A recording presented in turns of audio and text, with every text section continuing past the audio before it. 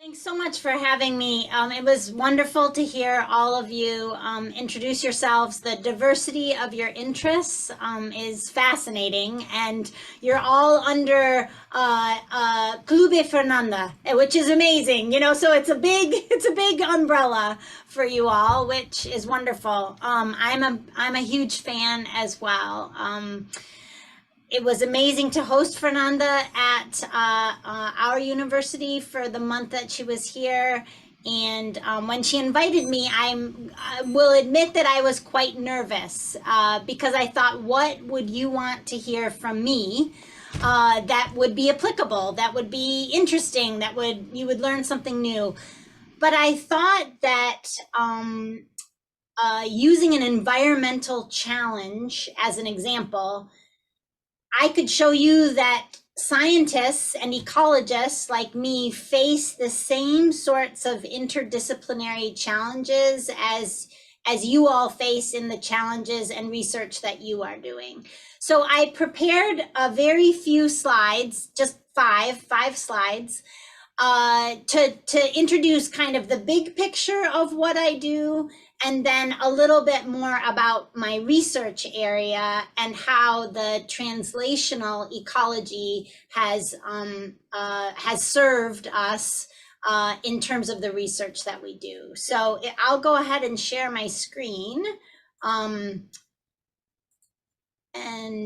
get started here. Let's see. Okay, you can see the screen. It's okay? Okay, great. So you already know who I am and what department I'm in. So I'm an ecologist by training. I work on streams and rivers, on how nitrogen and phosphorus and carbon, which are major nutrients, cycle in these ecosystems. So I've been working on streams and rivers ever since Virginia Tech, where I went to grad school. And there I worked in the mountains. Now I am in the middle of the United States, and I work on very flat streams and rivers that flow through corn and soybean crops. Agriculture is very predominant here. And I know you all know about soybeans because Brazil is famous for growing soybeans. So we grow them here as well. But I am also, besides being a faculty member in my department and training my own group, my own graduate students, I also serve as a research leader on campus at an interdisciplinary research center. So I wanted to talk to you a little bit about that center first, which it turns out I used to think of it as my research job and then my leadership job. And I kind of talked about them separately, like they were different hats.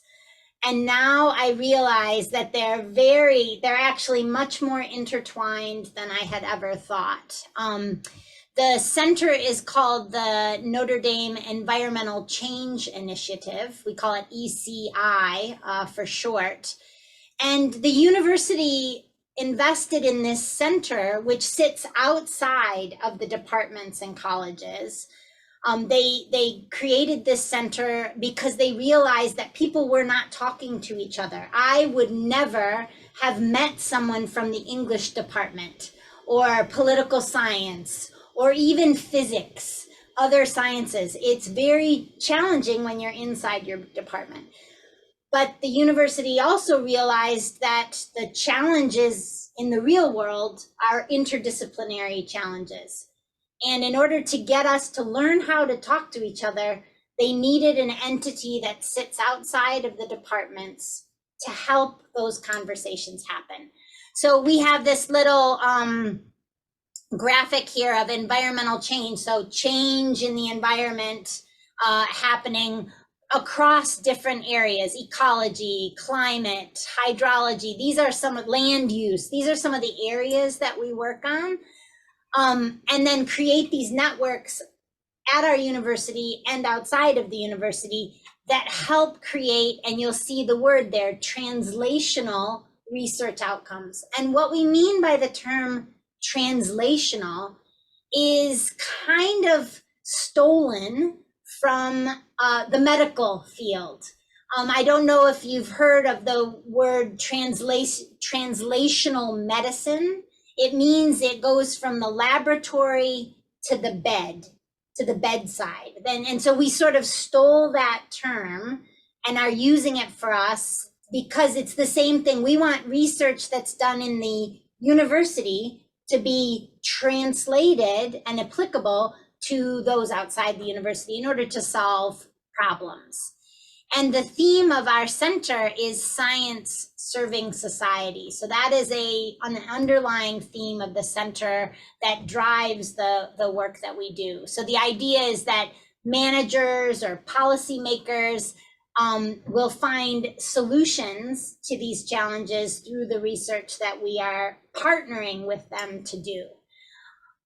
So that's the center that I direct, and it was this center that hosted Fernanda when she was at Notre Dame.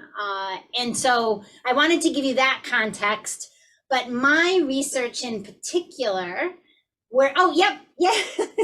she's got her swag. That's what we call that. That's swag. So, the area of research that I work on is at the intersection of agriculture and fresh water.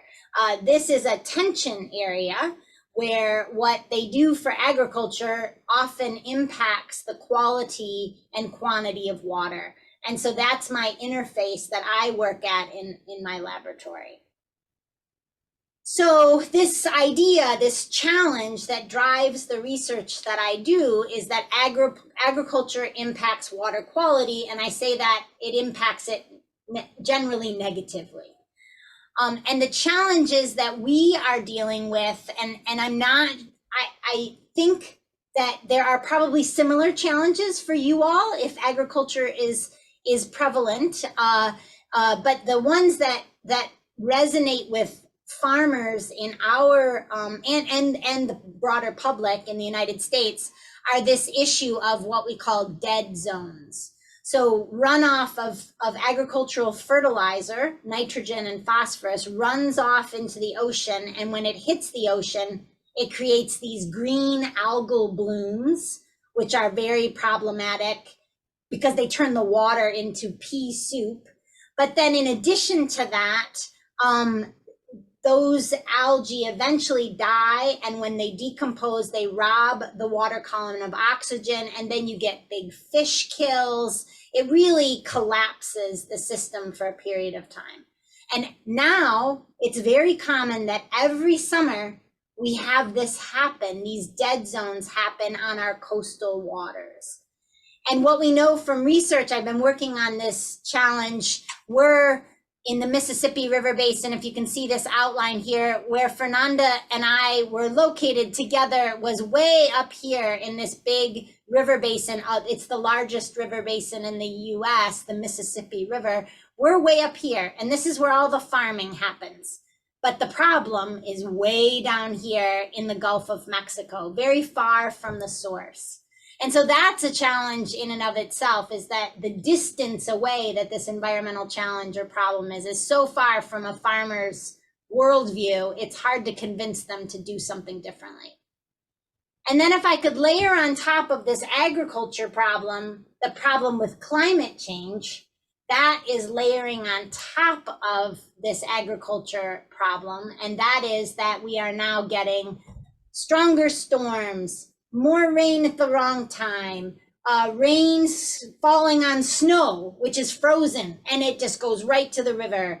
All sorts of strange and unusual extreme events around when the water comes, and that's causing flooding and more issues. And you've heard about this globally, the terrible tragedies that we've heard about dam failures in Libya most recently.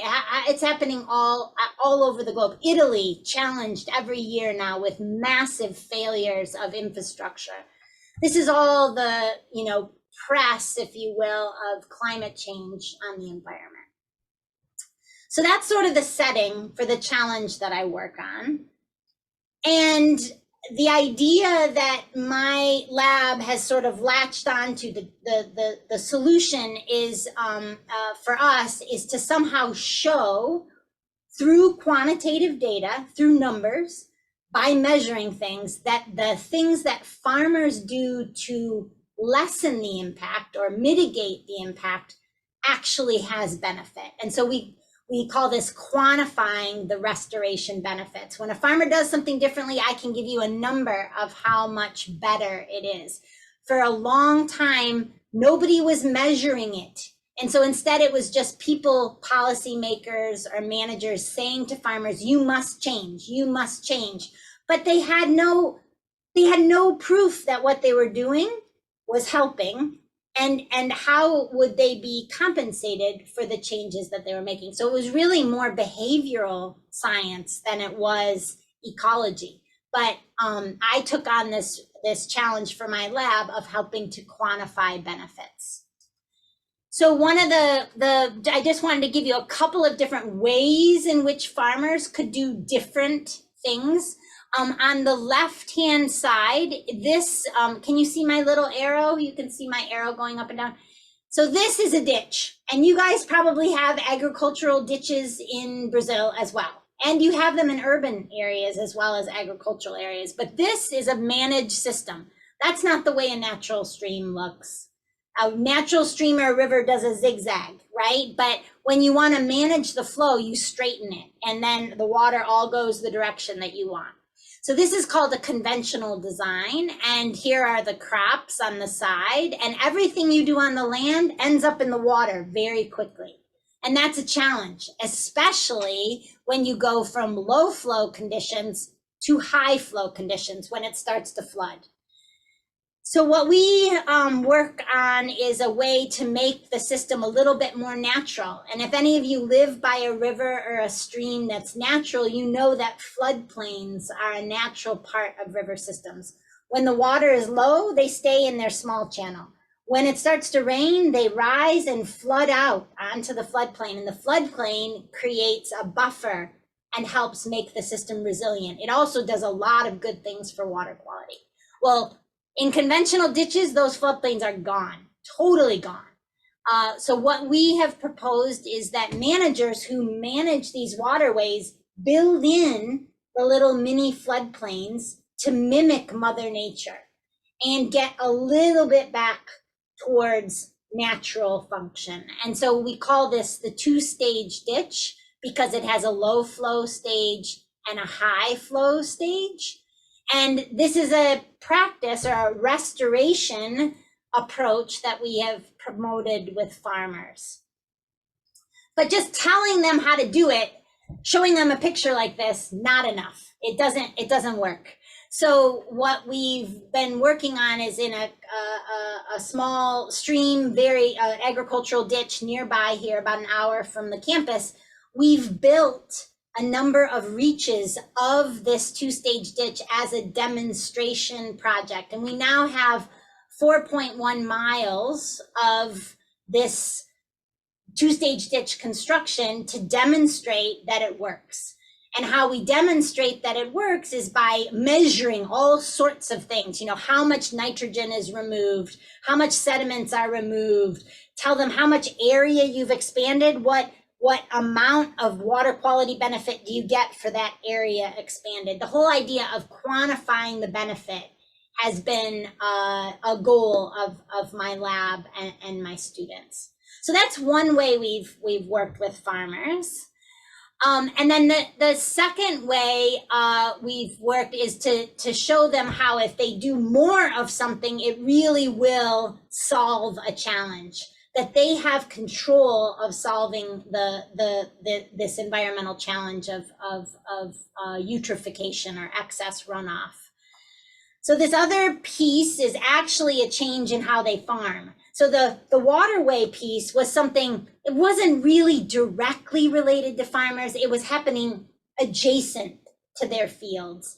This practice is even more challenging because we're asking them to farm in a different way. And that is another, that's one step was the two-stage ditch. And now one step more is this idea of cover crops. So on the left, you see what our fields look like in winter around here. They harvest in November.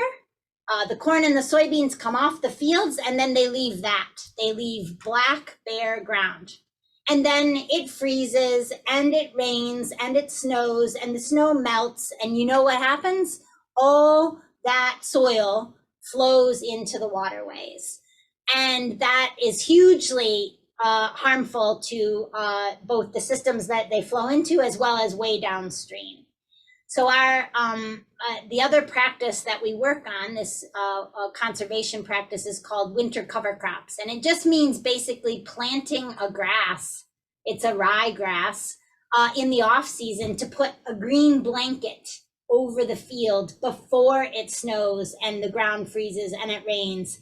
Because what is important about cover crops is actually below ground. I'm showing you this picture of the roots going deep into the soil, where those roots are like, they hold everything together and you don't get the same kind of runoff. So these winter cover crops can reduce nutrient and soil losses from fields to waterways, but it's a totally different way to farm. And it means doing something extra on top of what farmers already do. And that means a change in behavior as well. So those are two ways that we've been working with farmers directly. Now, Notre Dame does not own any land, no farmland.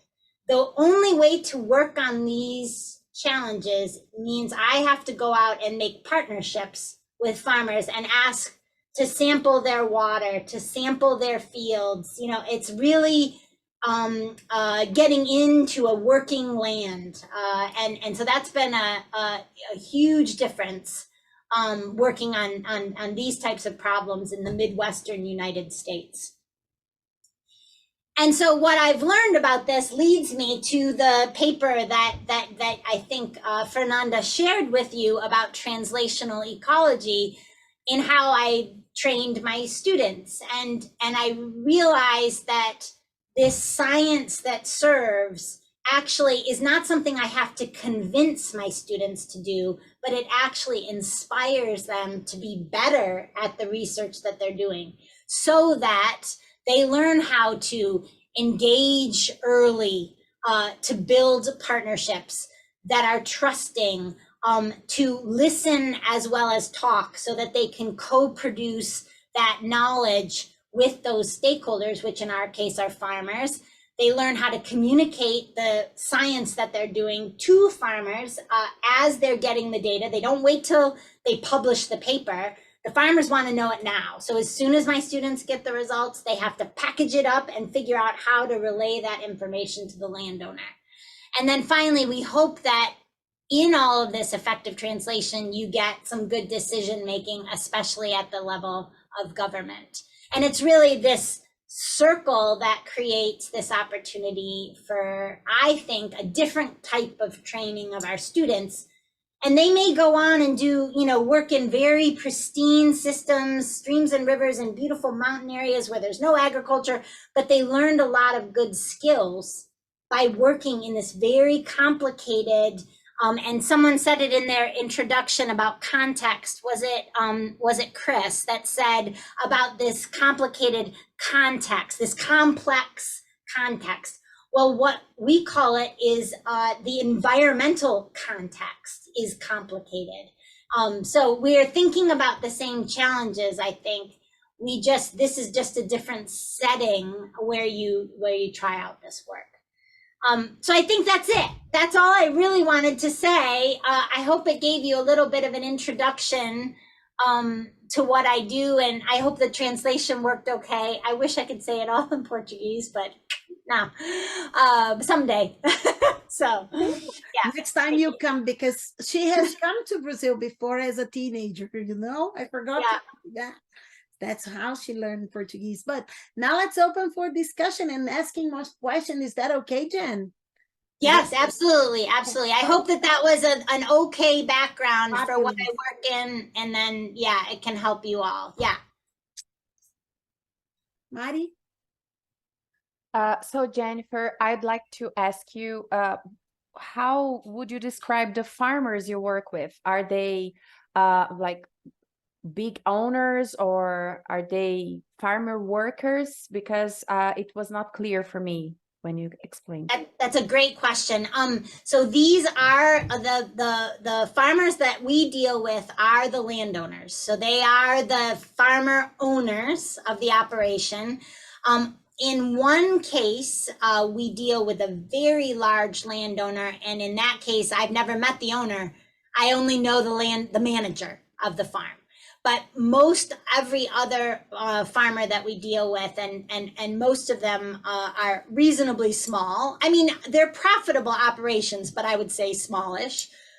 We would get permission directly from the landowner, and it's a really important point, because we tried doing this research in another river basin, in another setting, and we did not know when we started doing the research that most people rented the land. So the people that we were talking to were not owners, they were renters, and nobody wanted to talk, because they did not have the long-term investment to change anything, because they were just going year to year to year as a renter. So that setting, that context matters a whole lot for making change in terms of who you're talking to. So I think you brought up a really good point.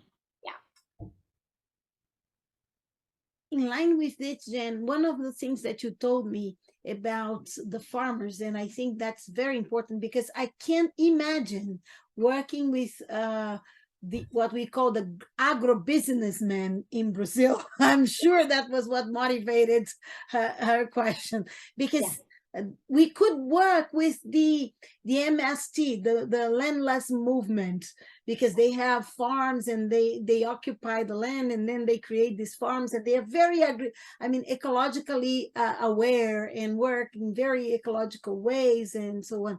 But I could never think about the main businessman, the man from the meat that or the soya beans that are devastating. And it may be that it is different. So I'm trying to, someone would have to do the quick Google translation. These farmers would probably own about 2,000 acres each. So that's the size of the farm. So these are probably pretty small relative to what you're talking about in Brazil, where it's probably an order of magnitude more. So you're right, these are smaller, and I'm not saying that in the United States there aren't those big landowners. It's just we've never gotten to the same table as those. So that's an interesting point about these changes in behavior. I think where they start is at the root. They start, no pun intended, they start with the smallest people who are willing to make change. And then you get the attention of the folks that are managing 20,000 or 200,000 acres, and then they'll listen, because right now those people don't have to do anything differently. And so it's about power, I think. And so it's a very good point. Yeah, appreciate that. Yeah.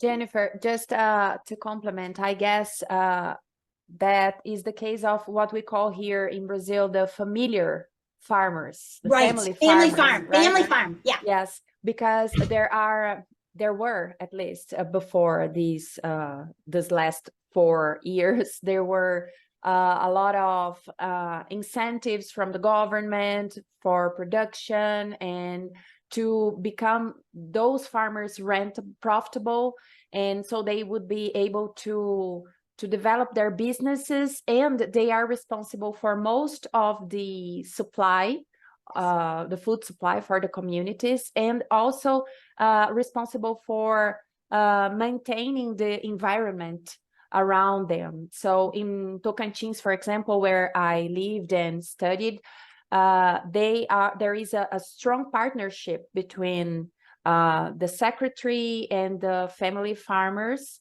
because they are in charge of keeping the environment safe because of practices like that. Yeah, great. I appreciate that context. Yeah, excellent. Please. Yeah, I think my question is related to what Mariana had asked, because I was intrigued by the fact about how you build trust to begin working with these people? Because I think when you talked about translational, I thought that one of the greatest meaning that you could have over here is how do you translate what you're doing to somebody on the other side who doesn't want to know what you're doing in a sense, you know, like who doesn't really care. I mean, you're giving them extra work to have to plant grass before the winter. Who wants to do that? So you're giving them extra work. So I think you're doing the hard talk in that sense, because you're not on the same page, you're on different pages, and you want to translate something to them, right? But so my question would be, first, how do you build trust?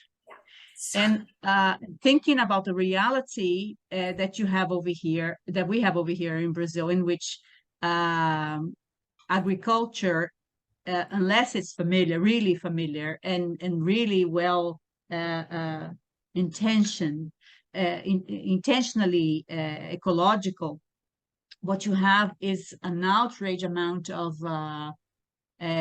toxins being used in agriculture, polluting the waterway. So you're talking about nitrogen runoffs, but here we're talking about nitrogen being used as I don't know, fertilizer, right? Fertilizer, as some kind of fertilizer. Yep. And at the same time, a huge media work to convince people that this is okay and we are okay and the water is not being polluted and everything is fine. You know, I even worked in a city last year and I heard in a school the students singing an anthem, the town anthem, talked about the soybean gardens, okay? The soybean gardens, something beautiful with this huge plantation being, and pollution of their, nobody talking about the pollution of their waters and the fact that they're just doing one kind of culture, you know, that kind of thing. So two things that I would like to know about building trust and how the intentionality of ecological is being actually dealt with by these farmers. Yeah, great questions, Chris. Appreciate that. So first, you're having me peel away the layers of the onion to tell you the whole story. So number one, building trust. My two lessons learned. One is you need to have a trusted broker for that trust, right? Trusted broker. And in our case, there are these managers called the Soil and Water Conservation District. So these are employees of the state that help farmers try new things through the second thing, which is incentives. So they're the pipeline for incentives from the federal government. So they're oftentimes farmers themselves, so they are trusted. And then they funnel money from Washington, D.C. to the farmers to try something new. So we had both of those things. We had the trusted Soil and Water Conservation District staff who wanted us to try this in their county. And then we had money to do it from a grant that funneled incentives. So we paid those farmers $45 an acre to try something new. And so it did take both of those things. But then but you only pay them for so long and then you stop. And the biggest question is, why would someone continue? And that's when you have to wait patiently for them to see that, yes, what I am doing, given the data you've shown me and what I see from my own eyes, this is still good for me to do. So I will continue doing it. And that's the real, where we say the rubber hits the road. That's the real test. So I think that that building trust, I probably shouldn't use that phrase. What we've really done is maintained trust. Somebody else helped us build the bridge. And now we're making sure it all stays stable by not doing anything wrong and being very generous partners to the farmers that have participated. And so, yeah, so it's a little bit of a misnomer to say I'm the good partner. I'm just trying to nurture the partnership to keep it going. And then on your other question about, that is a fascinating story about singing the anthem about the soybeans, the soybean gardens. Yeah. I think we do, it's the same thing here. A big agribusiness, you know, they talk about, you know, we feed the world, whatever. ADM is one of the big chemical companies that makes fertilizer. ADM feeds the world, you know, we have the whole thing as well. But I think what people are seeing for their own eyes, right? If you live in this area, if you live on a lake, every year the lake that you live on turns into pea soup, and you can't let your dog go anywhere near it because it will poison your dog. You know, those types of things. So people, you don't need to tell people anymore. They see it for their own eyes.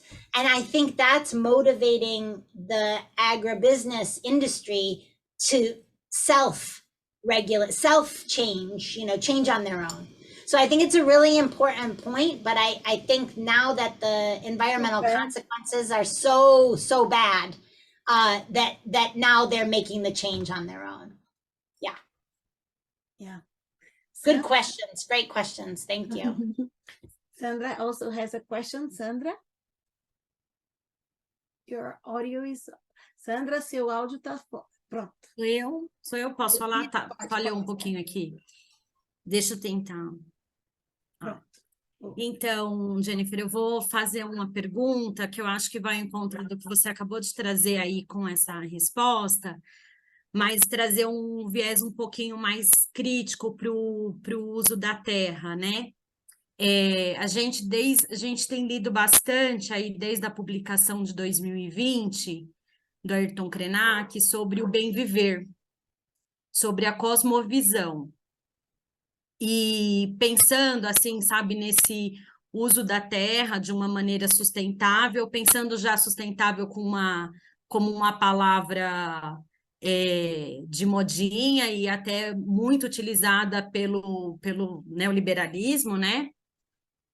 E pensar assim nesse uso da terra, na questão da fome, na questão da sustentabilidade do planeta, na cosmovisão e nessa visão ocidentalizada que a gente tem de uso da terra como propriedade para a gente explorar, usufruir e ter dela o máximo que a gente pode.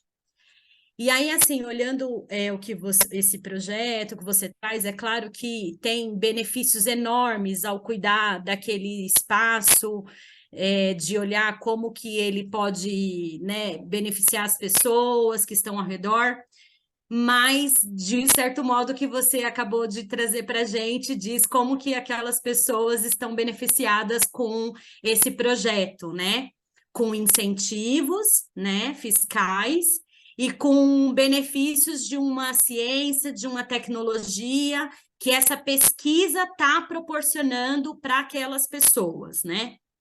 E aí eu queria pensar assim um pouco mais crítico, como que a gente podia tentar avançar num contexto assim de que, pensando nessa coisa do cuidado da terra, da cosmovisão, como que a gente pode avançar para que a gente consiga construir projetos que essas pessoas estejam engajadas em não só obter mais, né, de projetos como o seu, de benefícios do governo, porque a gente sabe que esse planeta não vai muito longe enquanto essas pessoas, esses proprietários, os pequenos ou os grandes, né, e pensando aqui nesse Brasil, a gente tem um estado que a gente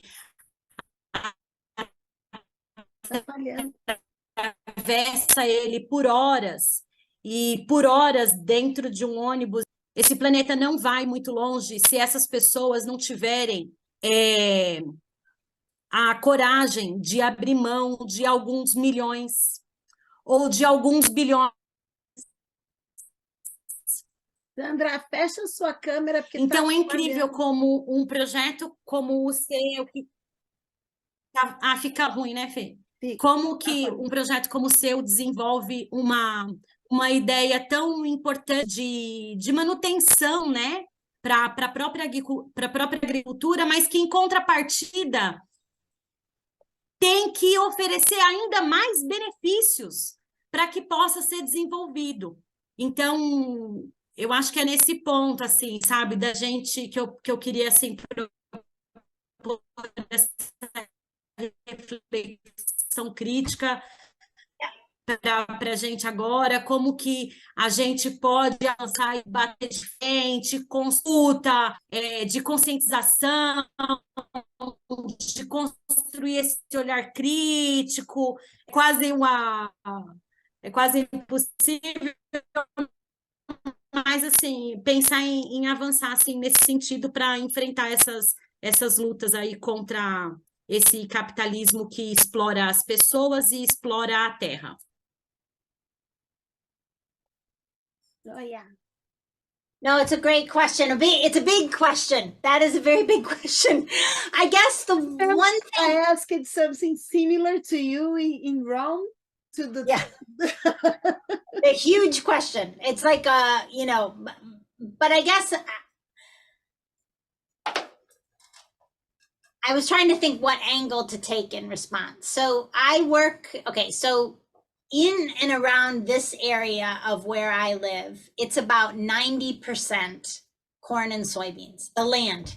So if you take 100 square kilometers of that, 90 square kilometers of the land around me is all corn and soybeans, and has been corn and soybeans for 200 years.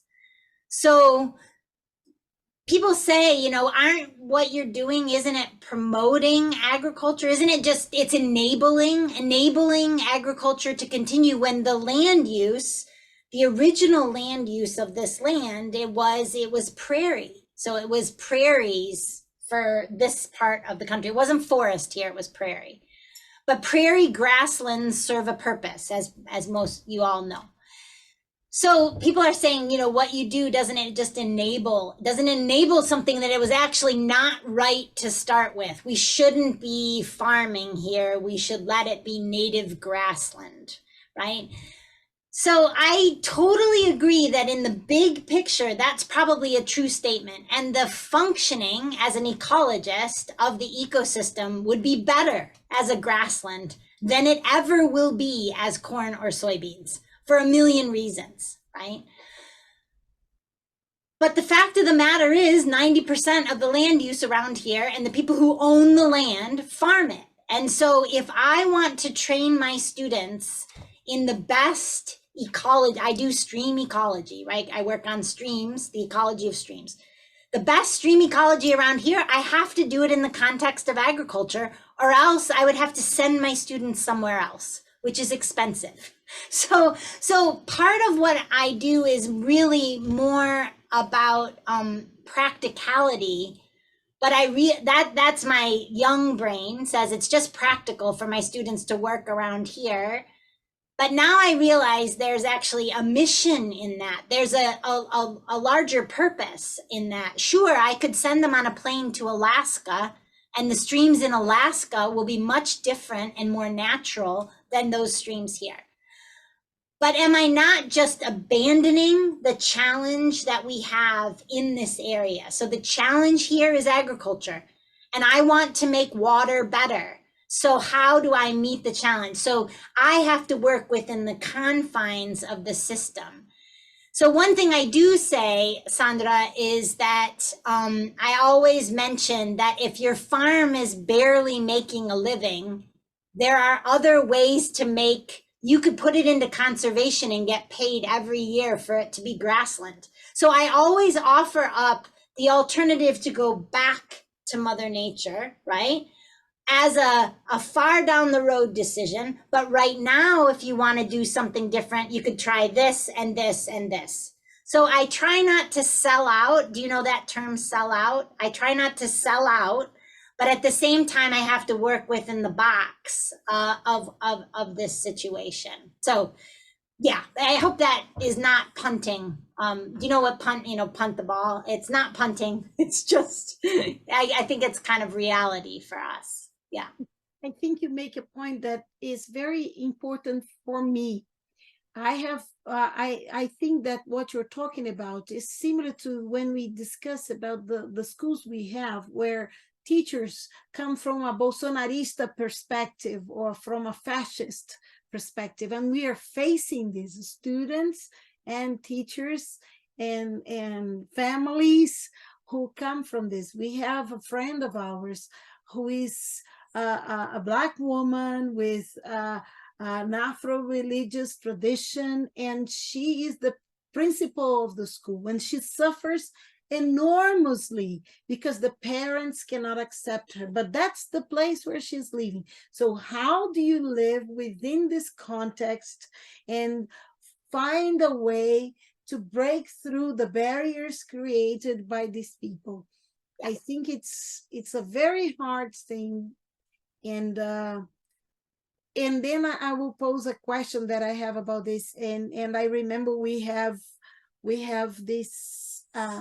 this discussion some time ago about how we talk to these people in order not to lose them.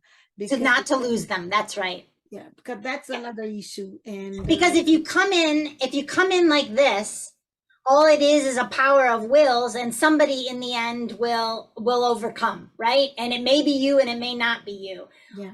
But what I know about anything that's voluntary, anything that's voluntarily coming to the table, what I always fear is someone standing up and leaving the table, right? So my mind is always going, how do I keep them at the table? And then I've got a chance, right? Then I've got a chance to have them see it differently. And I think that it is a little bit of diplomacy. Like, do I mention my political views? No. Do I mention like pretty much anything about myself because there's probably not a lot that I could say that would resonate with who I am interacting with. So I try and just, go in to make connection with them on their level in order to keep them at the table. And I've had to talk to my students about that a lot. I mean, especially when we're in an election cycle, it's like, you've got to strip all that away. Politics, there's no place for that here, not with this partnership. There are other places you can do that. But so it's a little bit of pushing down yourself a little bit so that trust is still there, or else you will never, they have no reason to continue walking forward with you, if that makes sense. Yeah, I think that resonates with something that Chris was very interested in discussing a while before the pandemic, because afterwards, can you say a little bit about this, Chris? Because that was your interest. And I think Jen is working exactly there.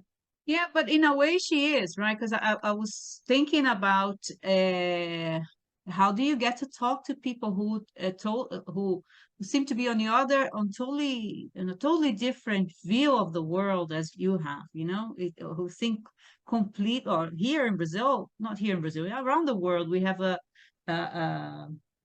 neo-Nazi groups growing like crazy right now, and you never know who you're talking to or the person's views. And for me, it's just so shocking that the first thing that I want to know is to stop. That's why I said you're having the big talk. But I also, in a sense that you were talking to people who totally oppose your view of how to deal with the soil and the water, for example, right? Mm-hmm. At the same time, you were finding a way of having this conversation possible.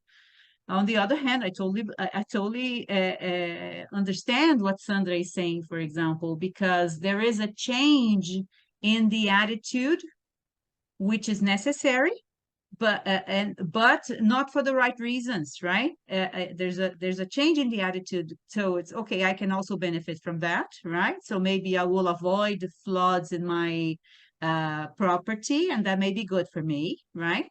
So I adhere to it as for personal reasons, and not for the right an autonomous decision of making the world a better place, right? For everyone. So do you know the term co-benefit? How does the term co-benefit ring with you? How does that ring with you when I say co-benefit? Do you think of that positively, negatively? It's very interesting to me. I'd love to know how that term it's not that good. I remember we were in Not that Cuba, good. I think we were in Cuba in January, right? And we had a few, we were in a seminar. People were talking about how to make the world a better place, right? That's the whole topic of the seminar. And some Americans actually brought the topic of co-benefiting, because I think this is actually big, probably big in America, It right? is. So if you both benefit, then it's okay. But there is more than both, right? There's more than both. It's not just about you and me, right? It's about making a community. It's about building something bigger for beyond the two of us, right? So that's why I think That's so interesting. It doesn't solve the problem. Yeah, that's so fascinating because co-benefits are actually, I would say, I don't think I'm overstating in saying it, when we were talking, 10 years ago about climate change and how in the United States, it was just bam. We were, the climate scientists were up against the politicians and it was going nowhere. And sort of the climate scientists thought up this angle of co-benefits and figured out how to sort of, if you regulate what's going out your pipe stack, and how do we make it so both are benefiting, and that's how change will happen. And then we made some headway with climate change in the United States. And so then everybody who was dealing with these environmental challenges has latched on to this idea of two things: co-production of knowledge and co-benefits in outcomes. And that is super popular. And that's why an American was talking about it in Cuba, is because we've latched onto it as our recipe for success. But that's so interesting that what you're saying is it's not actually, and we should think of more deeply. So fascinating. Really appreciate that. Yeah. I think that's so context bound, because you see, the way the US is organized, the way people act and reflect, the whole thing about success and being successful, and the type of the way of thinking, I think it's in the US is so much infused with the idea of being successful, of guaranteeing win-win. Win-win. Oh, you saw it? It's on my slide. I'm embarrassed. I had win-win on my slide. This, my husband always talk about this. I said, why is there a win and lose way of thinking? Why do we have to think in these terms? But you see, that is the kind of mentality that the society has built throughout the years and centuries. So it's very difficult to break. There's no way you can break this just by saying, no, now we are not going to talk about win. What is the importance of, let's do a cosmology of thinking? Or so I think that we had a different way of thinking, I think 20 years ago in Brazil.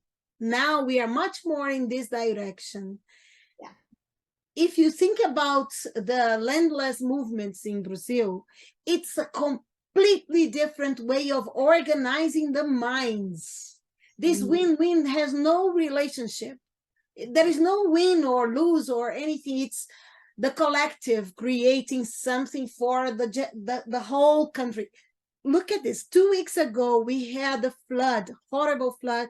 More than 40 people were killed, and 40 haven't been, they disappeared. We still don't know if they are alive or not, because of a flood, because of the weather and all this climate emergency that we are going through. And all the agribusiness who says this and that against everything and against the landless movement, they didn't give anything to these people who are dying, who are starving, who have nowhere else to go. Who is preparing food for the people who have nothing? The landless people. Because they have very good productions of everything you can imagine. They are delivering food for the people who need it. They are cooking for them. They are and then even the governor of the state where this happened, who is a Bolsonarista, a fascist, he had to go to the landless place where they are delivering the food to thank them for helping, because the agribusiness didn't help at all. So you see, it's the type of mentality that is different. If you go to, we go to the landless movement parties that happen in the city very frequently, and there the food thing is taught in a totally different, you buy it because you have to buy it, but the way of preparing it, of serving it, of sharing it in the community is completely different. So I think that Sandra's question leads to this, how do we change people? But there is a difference from changing people in certain areas and changing people in other areas. So when I had a conversation with a school this week, and the principal, it's an American school, and they wanted us to go there and talk about racism. And then I started talking about how we plan to do it. And then no, there's no, because if you say this, they will think that we are saying that they are racist. And I said, and they are. No, but we can say this, but I'm not saying. We are going to do activities where they will reflect, they will have to think about it, and they will realize, no, because the parents will. So I said, what do you expect me to do in terms of racism if I cannot show to white people that they are racist and that they have privilege? So it's the same thing, you see. So unless we have a chance to look at it, but then how do we do it? I personally don't know how to do it. Well, I think, Fernanda, you did mention something that is a right first step, and we do it with the farmers as well. You don't tell them how much nitrogen is leaving their fields to the waterways. You give them some data and let them do the calculation. So it's about self-reflection. And that's exactly what you said. You said, I want them to do this and then self-reflect. And then they come to the conclusion that they are privileged on their own, not that you told them. And so I do think self-realization, self-recognition, providing opportunities where people can think to their own behavior and come to that conclusion themselves, that's truly learning, right? But in certain contexts, you are not even allowed to do that. That's what I'm telling you. I said, I would never tell a kid you are racist. Never. I would, even if I never, but I would provide examples, tell stories, play games, and they would realize, but they don't want them to suffer. In some schools, you can't even play The Lion King from Disney because the father dies. Oh, right. They can't suffer. Let's listen to Lenita. Lenita, would you like to say? Lenita, quer falar, querida? Pronto. Oi, querida. Desculpa, eu vou falar em português. Sem problema algum. Primeiro, muito obrigada pela oportunidade de estar aqui. Eu estou amando. Eu fiz o mestrado em Educação e Currículo. A Fernanda gentilmente me convidou para estar aqui hoje. E eu estou com uma questão que eu estou ouvindo vocês e está me borbulhando aqui, que é muito legal, que tem a ver com formação. Porque eu acho que tudo isso que a gente está conversando e que é tudo muito bonito, na verdade, porque leva a coisas melhores sempre. Tem a ver com cultura, né? Eu sou uma professora de teatro, eu trabalho com teatro, eu trabalho com circo, eu trabalho com cultura, e eu estou dentro da escola. E eu encontro essas questões todas em crianças muito pequenas. E aí, eu queria fazer uma pergunta que, na verdade, não é só para a professora, mas é para todo mundo. Que é assim, como a gente faz, que eu acho que é um pouco mais produtivo no sentido de que eu consigo entender todas as indagações, eu também tenho as mesmas. Mas como é que a gente faz para construir formatos, para construir espaços para essas crianças chegarem na vida adulta com anseios diferentes, que não sejam só de um ganho individual. Como é que a gente constrói isso? Como é que é possível a gente não pensar? Eu não estou pensando, é claro que a gente tem que pensar coisas agora, mas eu realmente, assim, eu já trabalho com escola tem 10 anos. E eu olho hoje os meus meninos lá que estão no ensino médio se formando e falo, nossa, meu Deus, eu consegui plantar alguma coisa. Como é que a gente faz para plantar esse tipo de coisa e para conseguir fazer entender que é diferente nos Estados Unidos, é diferente no Brasil. No Brasil a construção vai ser de uma forma. E como que é essa forma? Como que a gente consegue construir essas narrativas para encontrar espaços de modificação? Então eu queria ouvir um pouquinho as pessoas nesse sentido de o que vocês pensam. Não para agora, assim, que eu sei que agora tem muita coisa legal, mas para a galerinha que está chegando, ali de 12, 10, 16 anos, o que eles querem ouvir? O que a gente pode falar para eles para construir um futuro possível? Porque senão, né, gente? A mudança do clima está aí. Enfim, essa é a minha pergunta. Obrigada. Obrigada, Fernanda. Que isso, obrigada, querida. Jen, would you like to give your opinion about that? Yeah, what a great question. I do think that it is the youngest of the young people that will actually pave the way for real meaningful, change on a meaningful scale. And that's why what's I think interesting about teaching younger people about these environmental challenges is they don't have all the baggage that comes along with a new choice, a different way of doing things. If you teach children about the role of grasslands instead of corn and soybean fields, and talk to them about carbon storage and how valuable these grasslands are, they get it like right away, and they don't understand, well, why is it still corn and soybeans, and the more we inform early on, when it's time to make a decision, when it's time to exert your power, when it's time to make a choice, when it's time to vote a different way, they don't have a problem with it. And so it's really interesting to talk about. I've seen the change even in my own students, the undergraduates that are at the university. I taught an introductory biology class early on here at Notre Dame.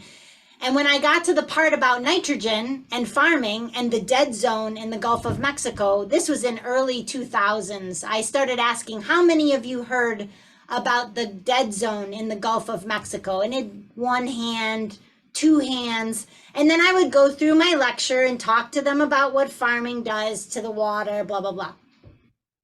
Now, if you ask 100 students that are 18 years old, have you heard about the dead zone in the Gulf of Mexico? Every hand goes up and 10 people will volunteer to tell me how it works. And so that it is about knowledge, and it's the same with climate change, land use. If we educate our youngest learners about these challenges, by the time they're 18, they're in the driver's seat. And so I think that's really, for me as an environment person, that's what I hold out hope, that it's not too late to save the planet, really. But it's a great question. I appreciate it. Yeah. Eu te fiz essa pergunta, desculpa entrar, mas eu te fiz essa pergunta principalmente porque eu dou aula em escolas aqui no Brasil bastante caras, bastante ricas, e que sei que essas crianças vão mandar no país daqui a pouco. E isso me dá um pouco de aflição, me dá uma certa aflição, porque tem limites de diálogo e tal, mas são crianças muito abertas para conversas. Então, elas conseguem entender sobre a mudança climática, elas conseguem entender sobre muitas questões que são questões que para elas ficam longe, mas fica na matéria. Então, tem uma questão, e aí, eu acho que é aí que é o meu grande incômodo, que é como é que a gente faz para essas crianças que a gente sabe que são as pessoas que daqui a pouco vão estar mandando no país, vão estar mandando no mundo, como é que a gente faz para que essa consciência de fato aconteça? Porque a minha sensação é que eles conseguem compreender, mas eles compreendem numa visão quase do Instagram, quase da televisão, quase da tela.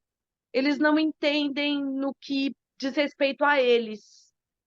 Talvez a Sandra, eu vou pedir para a Sandra talvez contar um pouco do projeto na escola dela, esse que a gente tem feito. Sandra, você pode falar, Sandra? Contar um pouquinho? Posso sim.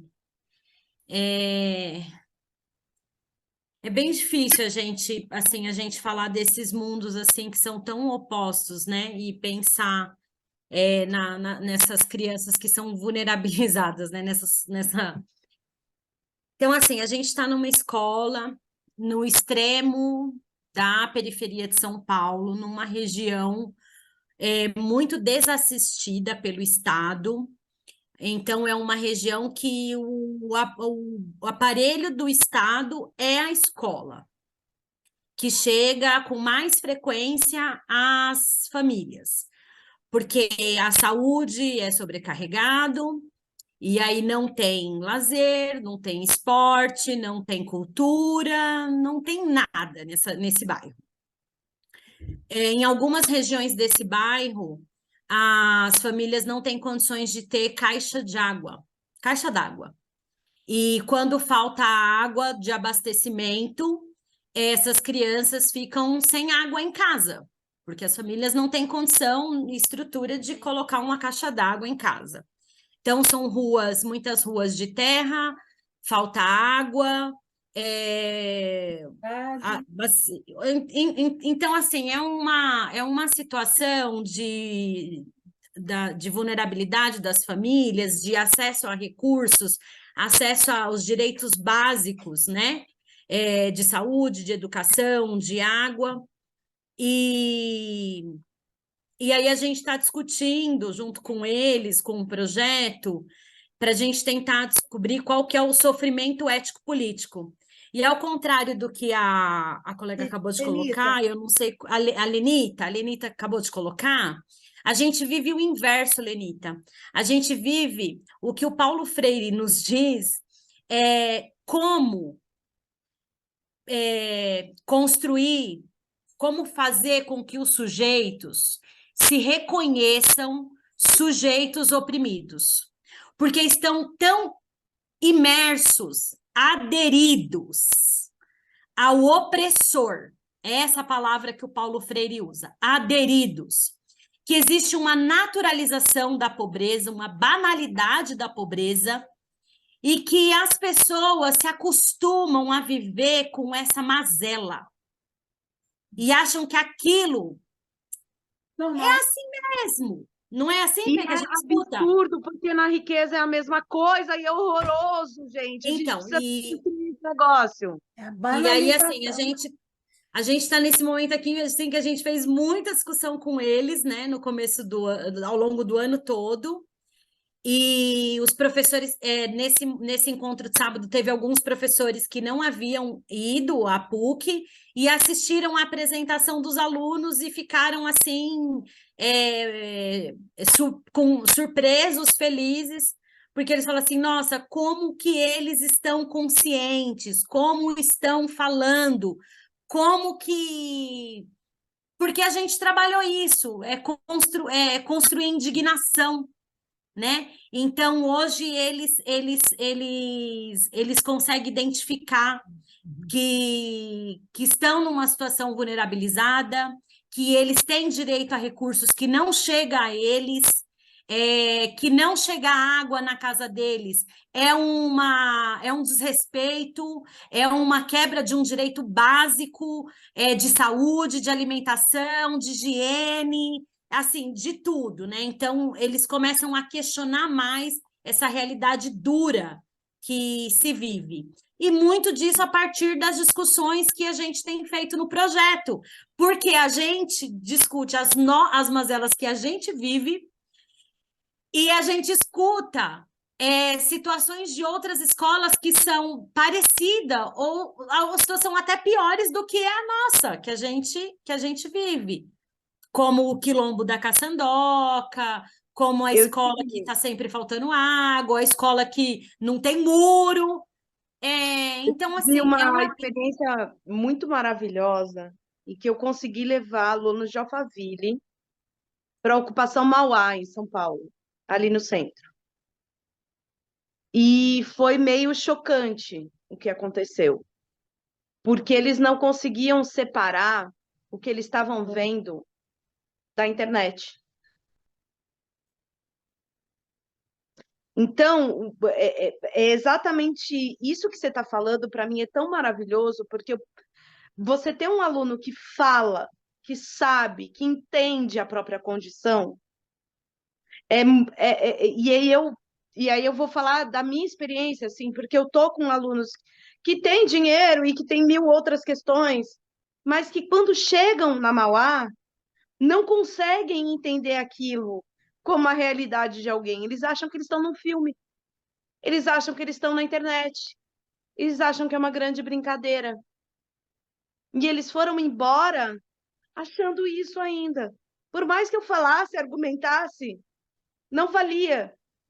Então, meu grande desafio, e aí peço ajuda mesmo para todos que estão aqui, como é que faz para essa galera? Porque, assim, essa galera precisa ver. Tem 2 lados esse rolê, né? Tem muitos lados, na verdade. Mas esses meninos e essas meninas são sensíveis, são ricos, cheios de privilégios, mas são sensíveis. Então, a gente precisa ajudar eles a ver, para eles poderem mudar. Yeah, that's what Jennifer said there. They need to experience it. And I think that's precisely what we try to do with them. They have to experience the thing so they can understand. We this year we are only working with schools in vulnerable contexts, but in the past we used to have all of them together, and the exchange was great. I will never forget when one of Chris's students from a very wealthy school said, I always studied about hunger, and I always answered that people migrate because of hunger. But that was an answer in a test. Now I have a friend who is now living in Brazil because she had to leave Haiti because she experienced hunger. And so I now understand what this means. It's not just a question in a test. And I think that's very important. Chris, please. Yeah. I was going to make just remember remember a few years ago we had the students from a very, very wealthy school here in São Paulo. It's an American school actually, and one of the teachers invited an indigenous person, Sona Guajajara, who is actually a senator, right, of the state now, right? Congresswoman. She's a congresswoman, right? She's a congresswoman, and she was invited by this teacher to talk to the students about the environment and how indigenous community preserve the environment and so on, and how the agribusiness was damaging for the environment. And obviously she was talking to a group of very wealthy kids whose parents and grandparents were owners of the huge farms, right? Doing that kind of thing. And the student just raised his voice and said, you shut up. You don't know what you're saying. Just learn better, because agribusiness is feeding the world.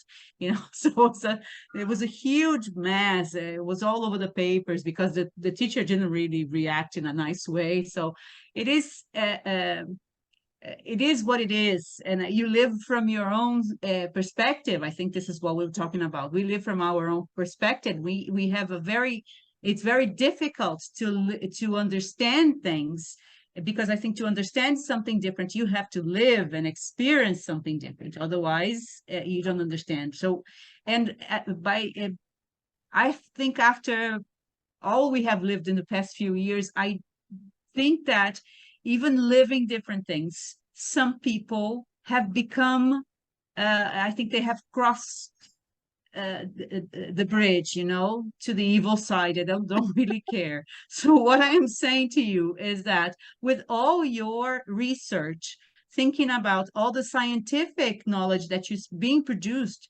by showing how managing the water streams in a certain way, in a different way, allows for preserving the water and so on. And it's actually beneficial for the land and for everyone around it.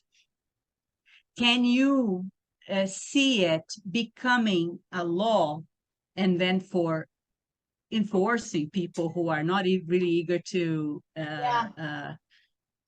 Chris, to it's a great question. It's never going to probably happen in the United States because the foundations of our country, enforcement is not. It's all about the freedom to choose. That's the foundation, right? So the EPA, the Environmental Protection Agency, is quite powerless, unfortunately, in the United States. And then to enforce a type of pollution that's happening distributed, we call it non-point. So a sewer coming out of a pipe is called a point source, but agriculture pollutes in a diffuse way because it runs off the landscape, and that's called non-point source pollution. And there's no way that EPA can barely regulate when there's poo coming out of a pipe, you know, straight into a waterway. They can barely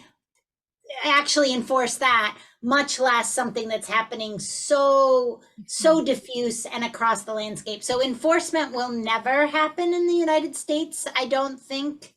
I think they are going to rely on volunteering, either through voluntary incentives or the societal pressure to be different. And I do think there is some change happening as consumers start to have choices about what they buy. If we were to change the labeling on any product made with corn, which in our country, pretty much everything's got corn in it, right? And if you put this product was corn with cover crops, and someone chose that instead of that because it was planted with cover crops, oh my God, everyone would plant cover crops in order to get that. Do you see what I mean? That's sort of how the system, it's all sort of market driven. So or alternatively, it could be a groundswell of do the right thing, which can also happen in the US. We've seen it before with other movements. But it's very, I agree. It's a really tenuous situation. The one thing I wanted to say though, Chris, when you were relating your story about the speaker and the pushback from the children, I just wonder how that scenario would have played out if you had taken the children, instead of bringing the speaker to the children, if you had taken the children on the bus to the speaker and made them stand in a field or in a field of, whatever. So, you know what I mean? The feel the suffering. Would they have had the nerve to push back in the way that, so sometimes I wonder if we just do it wrong because we're not using the experience of being there in person. I don't know. I'll tell you a personal story about this. I have this group that has nothing to do with research, but is an activist group. And we have meetings regularly, and we are talking about working with people who are underprivileged. And yesterday we were supposed to meet at the home of one of them who lives in a poor neighborhood. And we always meet at 6:00 p.m. and nobody wanted to go to his home because they were afraid, because it was dangerous, because of this and that. And in the end, we had an online meeting. People created all kinds of excuses, but in the end, it was online, and we didn't go to his home because it's in a dangerous group. And then I asked, did you realize that we end up not going to that place and changing the time and doing all these things, not to face something that he faces every day and thousands of people do? This is our whiteness privilege, because he's the only one who is not white in the group, and he was the one who nobody wanted to go to the home, because the home is in a poor neighborhood, a dangerous place. So we simply say no to situations that will make us face what the others have to endure every day as part of their living. So how can it, for me, this is the hypocrisies of our ways of living. We talk about it, but we don't want to assume it. So it's hard to do this kind of thing. It's just like the group who invited us to talk about racism. And in the end, they didn't want us to make the white, rich, wealthy kids suffer, because they would feel very sad by understanding that they have privilege that other people don't. I was so mad, you can imagine. Lenita, then Alex, because we are almost running out of time. So Lenita, be fast, and then Alex can talk, and then Jennifer can comment. Eu vou falar bem rápido, na verdade, desculpa. É porque eu vivi isso com uma escola de Alphaville, que a gente levou aqui para o Jabaquara, ali em Parelheiros, na verdade, para uma comunidade indígena, aonde eu já trabalho há algum tempo. E é isso, a verdade é que as crianças têm uma distorção da coisa.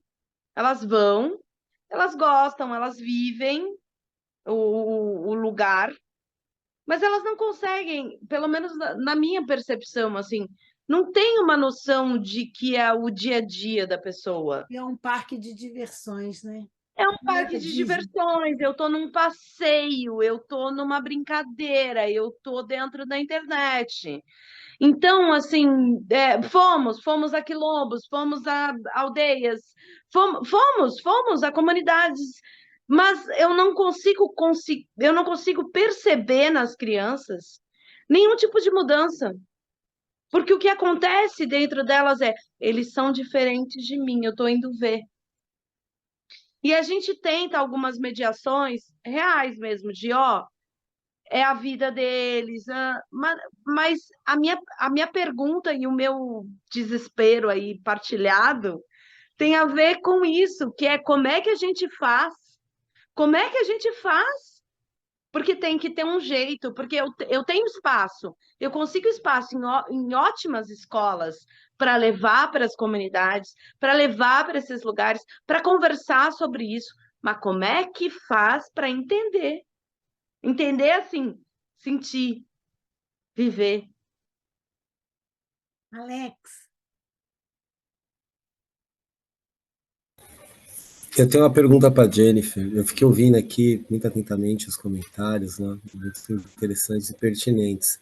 Mas eu tenho uma pergunta, Jennifer. É claro que a gente vai pensar o racismo ambiental como conceito construído, pensado nos Estados Unidos, né? E é muito potente e importante hoje a gente discute isso por aqui. Entretanto, aqui a gente vai falar sobre territórios racializados, né? Onde a poluição degrada roças, e aí eu quero trazer para esse canto, né? Para esse espaço de discussão. Claro que essas pessoas também reinventam, né? As suas formas de viver, de produzir. E a roça aqui no Brasil, enquanto comunidades quilombolas recém, assim, tem emergido com maior pulsação de discussão com uma pessoa, que é o Antônio Bispo, né? É um quilombola, o Antônio Bispo, aqui no Brasil, é um quilombola que, assim, em outros aspectos, nós vamos dizer que eles são mestres griots, né? Que conhecem, a partir da sua experiência, tem um grande conhecimento. E ele questiona muito a questão da universidade, quando vai falar, por exemplo, de agroecologia. E aí ele questiona esse lugar de trazer, não é a agroecologia, isso é a roça quilombola. Ele fala, não é. É porque vocês, ele tem essa fala, que vocês da universidade se apropriam, mudam de nome e diz que inventou algo novo, né? E aí é sobre essa pergunta, essa relação entre a universidade e as comunidades. Eu vou pensar o fazendeiro, né? Que para mim aqui seria o roceiro, o pequeno agricultor, pelo que eu entendi na sua compreensão, certo?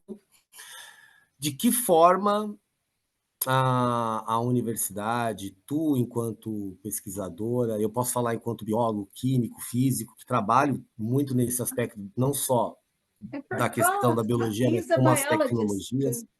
são dois lugares de conhecimento. Aí eu tenho frisado isso. O corpo da experiência, o Paulo Freire vai falar da experiência feita, né? Que para mim é a ancestralidade, e o conhecimento produzido na universidade. De que forma vocês, na Universidade de Notre Dame, têm trabalhado para não hierarquizar esses saberes, né? Que são saberes diferentes. Eles são saberes e são saberes diferentes, são conhecimentos diferentes, mas ambos dão conta. Por exemplo, a questão da gramínea que tu traz, que ela sim segura o solo, ajuda a relação da água para não criar assoreamento, não criar erosões, tá? Isso também os quilombolas têm um nome para dar para isso. É claro que vão chamar de agroecologia, tipos de fazer a plantação na roça com espécies diferentes para combater pragas, por exemplo. E aí é claro que a gente vai fugir do agrotóxico. É uma questão hoje muito utilizada e discutida. Claro que na universidade vai falar agroecologia. A Antônio Bispo vai falar que isso é roça quilombola. E, entretanto, eu tenho um lugar de pensar a não hierarquização, quando eu enquanto Alex, vou até o quilombo, não hierarquização de conhecimentos, mas trazer o que eu sei enquanto ciência, enquanto química, física, biologia, e o que eles têm, e tentar olhar para o fenômeno, ou para o objeto de estudo, de ângulos diferentes, mas que esses dois ângulos façam ampliar o fenômeno, possa olhar com mais nitidez, se isso é possível, o fenômeno observado dentro de um estudo. E aí a minha pergunta, eu volto, para não perder ela. De que forma a Universidade de Notre Dame tem lidado com esses conhecimentos e saberes diferentes? Como é que vocês fazem essa tradução? Como é que vocês trabalham com ela? Ou existe um campo de hierarquizar? Esse aqui é mais importante porque é científico. Esse é menos importante porque é o do fazendeiro.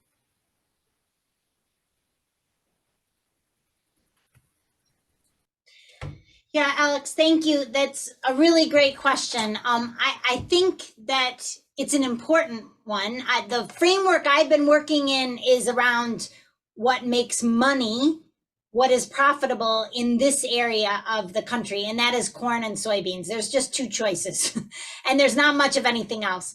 I think one of our ways forward, as we sort of enlighten, if you will, or teach people about sustainability, and sustainable farming, is to diversify.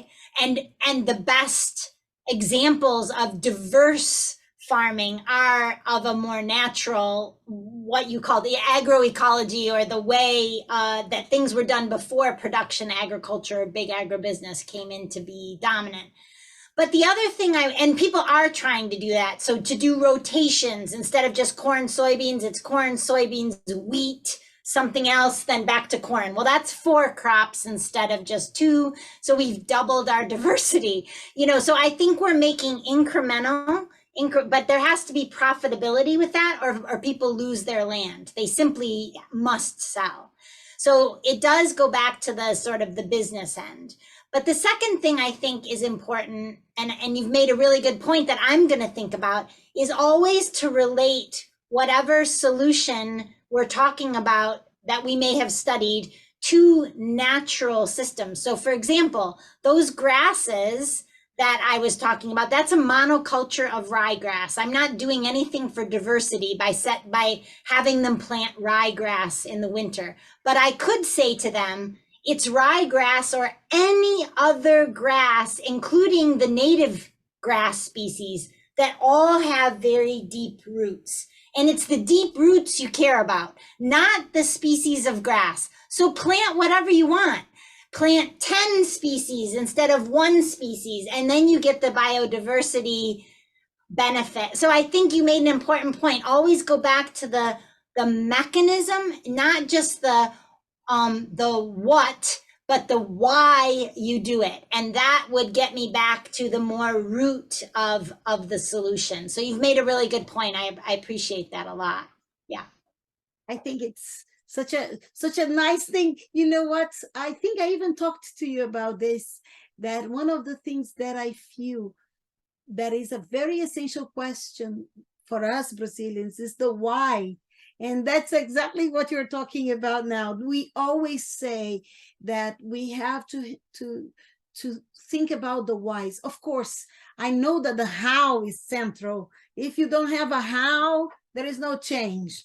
But if you don't understand the why, the how is useless, because you go back to the same procedures if you don't pay attention to the why. So I think we have to have both of them connected. Sometimes I feel that we in our research are very interested in the whys, but we don't work so much in the how. And but we have to work with both how and why. Why are we doing this, and how do we find the chance? And the why becomes the motivation. The why becomes the motivate. The how is operational, and everyone needs a map. Yeah. But the why becomes the motivation, and that carries you forward. I think, yeah, it's a really powerful sort of image of both together. Yeah. We didn't have time for the question that I wanted to ask you, but I'll leave it here because I want you here next year, as we have talked a little bit. So, and I want you to visit the Quilombo, Sandra School, and all the places we work with. And the question that I'm not asking, because I know we are running out of time, and it's about how we researchers interact and how you create interaction. I still remember the day you were very mad with the emails exchange, remember? And that people didn't know how to say things. That is exactly what we also face. How do we researchers interact in ways that we grow as a group, and that we challenge one another? I don't know how you feel about the way we relate, but we are dealing with you, the way we deal with one another, questioning, criticizing, challenging. That's something we believe is central to the collaborative work, but that is not easy. Sometimes we bring this to other contexts and people don't like it. We are not, well accepted, let's say, for questioning, for whatever it is we do, I don't know. And it's something that I wanted you to talk to us a bit, how you deal with this. How do your students, your fellow colleagues, because you work with a big group, Dan and Jennifer work together. So how do you deal with this? If you can just introduce the topic, not develop, I would love this. Yeah, it's a super interesting question. I think that there is something to be said about, and it goes back, I don't know if anybody in the room is a psychologist, but does anyone know about maybe I've had too much of that in my own personal life, the term of mirroring? Do you know that term? Where you listen to someone talk, and then you mirror back what I've heard you say is, and it's incredibly enlightening to hear someone after you've talked and think you've made a really clear point, or you're really moving something forward here, and then someone mirrors back and they're like, and it was like totally do you know what I mean? Like, I think we do, academics doesn't leave any room for mirroring, because you've always got to push your point forward. We very, very seldom, we do it in our writing, we mirror all the time. We absorb, read, digest, and then we write in our own writing what you think the person said and what it means. But we never do that in conversation. And it would be so interesting to incorporate in a sort of learning circle, mirroring what someone, and see where you get in the end. So I think it's a lot more about changing the way we talk to each other, which is often a lot of self-promotion, because that's, in academics, that's rewarded, you know, and if we change that a little bit, it might change how we interact and how we learn, actually. That's great. Do you know that mirroring is a category that we use to do discourse analysis? I didn't know that. You see? You see, we try to get, when people speak, one of the classifications of what is said is mirroring. If the person is mirroring the other, or mirroring the answer, and so on. So this is part of what we analyze, and it's rare to happen. Interesting. Yeah, well, this will be fun to talk about. Yeah. Yeah. Really, So really next great. year you have one year to prepare. Perfect.